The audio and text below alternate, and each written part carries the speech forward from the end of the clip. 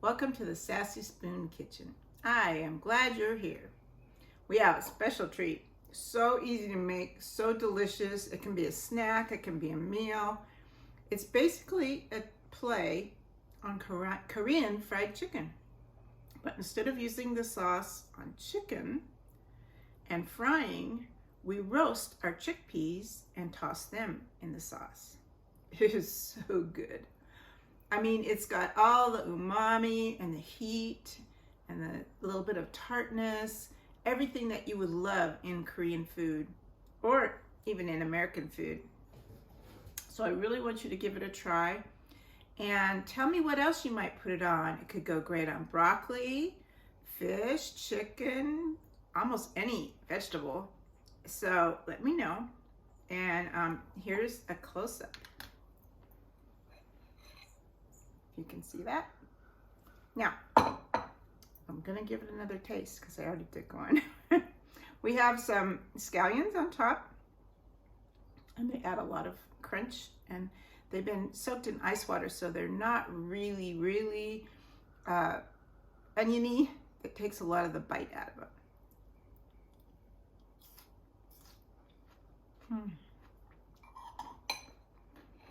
Oh, and crunch. And the flavor, it just bursts. I want you to try it. So please give it a try and let me know how you like it.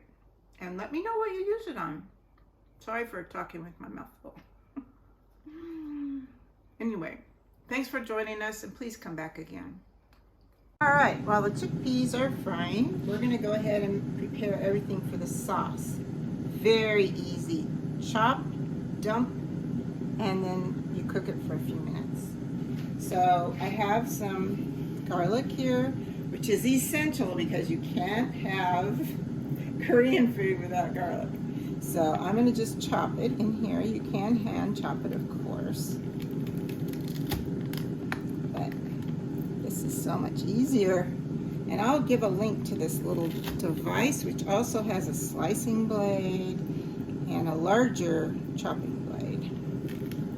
It's really easy to clean. It goes in the dishwasher and gives you nice, even pieces. Okay, so there's my garlic. All right, I'm gonna get the pan that we're gonna use here.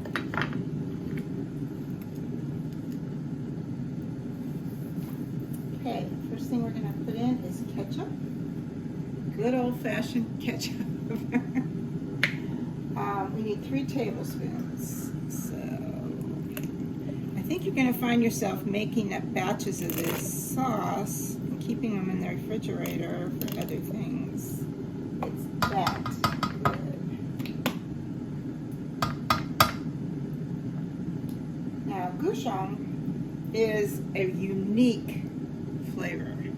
It is spicy. It's made with Korean chilies, but it's essential to this dish and most Korean food. You can buy the peppers plain, chopped up of course and dried, or you can buy the sauce. And this is just one brand. I like my mother's, which I will show you. My mother's brand. But I only have my mother-in-law's. I only have my mother-in-law's chili flakes, so I'm not using this today. And actually, the gochujang is actually much more expensive than this brand, and they both taste about the same. So we are going to add 1 tablespoon, and if you have someone in your family that doesn't like spice, you might just do about 3/4 of a tablespoon, but you're going to have enough other flavors in there that it's not going to be that spicy. All right. Then next is, believe it or not, strawberry jam. And this is common to use. I'm not making this up. This is homemade strawberry jam. That's why it's not bright red. So you just stir that in. tablespoon of soy sauce. Any brand is fine. You can even use the green bottle, which is the lighter sodium, if you're watching your sodium intake. There you go.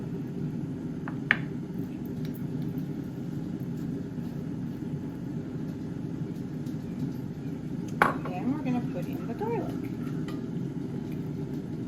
And I'll meet you over at the stove. We're just going to simmer this for a few minutes to get it all blended together. So here we are at the stove, and I'm going to just stir everything together. And it will take a little bit of time for that strawberry jam to kind of melt down. That's really pretty much what we're doing here, is melting that down and cohesively mixing everything together so we have a nice sauce. It really only takes about 1 minute on medium heat. I'll show you how big my flame is. And I hear my air fryer telling me to shake the air fryer. So I'm gonna go shake it and I'll be right back. So that means the garbanzo beans or chickpeas are just about finished, or sisè if you're Italian. But I think you're gonna love this sauce. You're probably really gonna make up a big batch of this sauce and use it for different things because it is so good. It's so easy to make. The hardest part is chopping the garlic. And if you get my little fancy piece of equipment, you can do that in a flash. I love fresh garlic. I don't buy that kind in the tube or jar. I do buy an Indian garlic and ginger blend that's already chopped up, because there are some recipes that I don't have ginger on hand, and it works in a pinch, but fresh garlic's so much better. Okay, now I'm going to turn this way down to low because it's starting to boil, and I don't want it to boil, I just want it to simmer. And that's about it. So guess what? I'm going to taste it.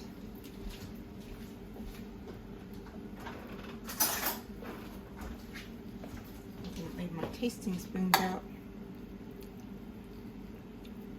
Oh, perfect. It's got a little tartness, a little spice, a little umami. Oh, it's really good.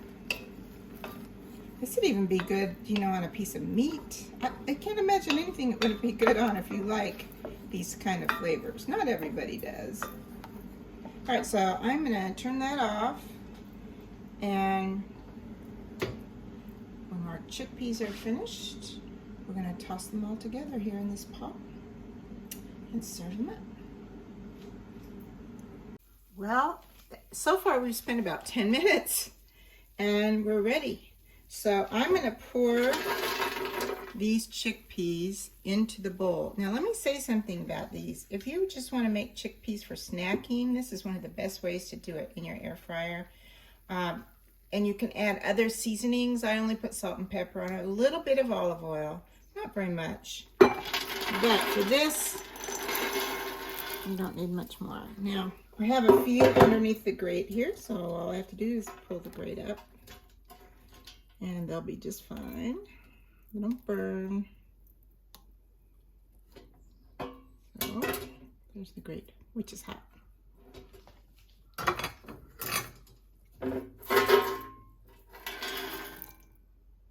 All right, and this is easy to clean too. So, we have our serving of chickpeas here, and we're going to scrape with a spatula because you want to get every little bit of this delicious sauce on here, and you just spread it around, and then we'll stir it. And we'll top with the scallions, and you can dig in. You can put a little white rice in the bottom of the bowl if you're going to eat this as a main course. Personally, I don't need rice, so I'm going to be saving these mostly for a snack. I'm going to have a couple bites for lunch, but mostly it's going to be a snack for later tonight.